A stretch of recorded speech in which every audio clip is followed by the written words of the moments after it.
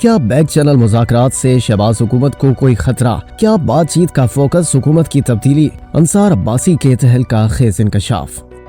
Back channel مذاکرات سے شہباز شریف کی حکومت کو کوئی خطرہ نہیں۔ ان مذاکرات میں شامل یا پس پردہ پیش آنے والے واقعات اور حالات سے آگاہی رکھنے والے تحریک انصاف کے رہنما جانتے ہیں کہ بات چیت کا محور حکومت کی تبدیلی نہیں۔ تاہم اسٹیبلشمنٹ اور پی ٹی آئی کے درمیان ان بیک چینل مذاکرات کے مستقبل کا انحصار عمران خان اور ان کی پارٹی کے بیرون ملک چیپٹر اور سوشل میڈیا کے رویے پر ہے۔ باخبر ذرائع کہتے ہیں کہ ان مذاکرات کا مقصد سیاسی استحکام کو یقینی بنانا ہے، جس سے ایک طرف موجودہ نظام کے تسلسل کو یقینی بنایا جائے گا تو دوسری طرف اس سے تحریک انصاف کے لیے سیاسی جگہ بھی پیدا ہوگی۔ Chairman PTI barrister Gohar Ali اور وزیر اعلیٰ خیبر پختونخوا علی امین گنڈاپور کی حکومت کی نمائندگی کرنے والے 3 انتہائی اہم افراد کے ساتھ بیک چینل ملاقات کی خبریں سامنے آئی تھیں۔ ان انتہائی اہم افراد کی شناخت ظاہر نہیں کی گئی، لیکن جیل میں عمران خان نے بیرسٹر گوہر سے ملاقات کے بعد صحافیوں کو بتایا کہ گوہر اور علی امین نے army chief general Asim Munir سے ملاقات کی۔ اطلاعات کے مطابق عمران خان اس پیش رفت سے کافی خوش ہیں۔ تاہم ان بیک چینل باتوں کا تسلسل بنیادی طور پر اس بات پر منحصر ہے کہ عمران خان ان کے سوشل میڈیا اور بیرون ملک پی ٹی آئی کے حامی آنے والے دنوں میں کیا کرتے ہیں۔